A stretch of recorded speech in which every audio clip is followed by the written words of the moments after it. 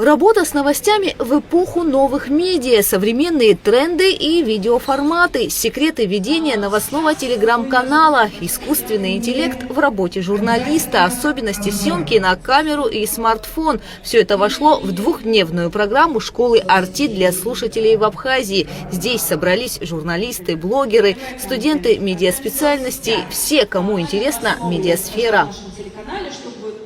Мы постарались привести максимально разностороннюю программу, так как мы приглашаем участников, заинтересованных в том, чтобы прокачать свои медиа-навыки, вне зависимости от того, являются они профессиональными журналистами или блогерами, или неравнодушными энтузиастами, которые хотят продвигать бренд своей страны, своего края, может быть и свое личное дело, почему нет. Денис Воуба 3 года работает оператором и монтажером в информационном агентстве «Очимчира Информ», освещает события в районе, стремится совершенствовать свои навыки и в области написания текстов. Я пишу на абхазском статье, я озвучиваю иногда, то есть в роли корреспондента тоже выступаю.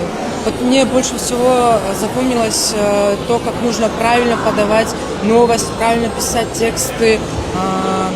И с нетерпением жду следующих спикеров. Очень интересно, очень хорошая атмосфера. Спасибо всем организаторам за такую возможность. Лорена Симонова, будущий программист, планирует вести свой лайфстайл-блог, поэтому решила принять участие в интенсиве. Потому что мне интересна эта тема.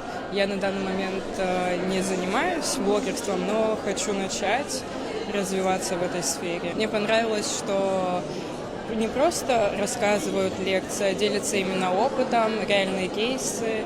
Лекции читают профессионалы. Школа «Арти» – это насыщенная программа с лучшими специалистами в каждой сфере. Как создавать новости, которые цепляют с самого начала, как сохранить объективность, четко отделяя факты от эмоций, как выстроить структуру материала, чтобы читатель не потерял интерес на середине текста. На все эти вопросы ответила руководитель службы выпуска «Арти Интернешнл» Мария Зелеранская.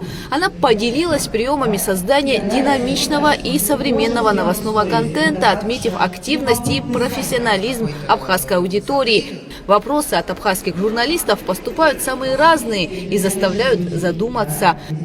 В современном мире контента, когда все смотрят все, все-таки новостная журналистика остается каким-то барьером, должна сохранять какой-то стандарт. Этический в первую очередь, но при этом все равно соревноваться с теми, кто покажет что угодно, да, в интернете. Мы ездили много куда, и Абхазия для меня запоминается все время тем, насколько активно люди участвуют, насколько им интересно, это видно, это очень активная аудитория. Это очень интересная аудитория, которая меня вообще как спикера заставляет прям задуматься над вопросами. И порой у меня нет готовых ответов, несмотря на то, что я лекции читаю давно и часто. И это очень приятно. То есть нас здесь принимают не просто тепло или дружелюбно, а просто с большим интересом к тому, что мы делаем. А это всегда классно, очень. В школе «Арти» принимают участие около 200 человек. Некоторые слушатели приехали из Москвы, как, например, заместитель начальника управления социальных медиа и визуальных коммуникаций Центра просветительских инициатив Минпроса России Нина Матюхина.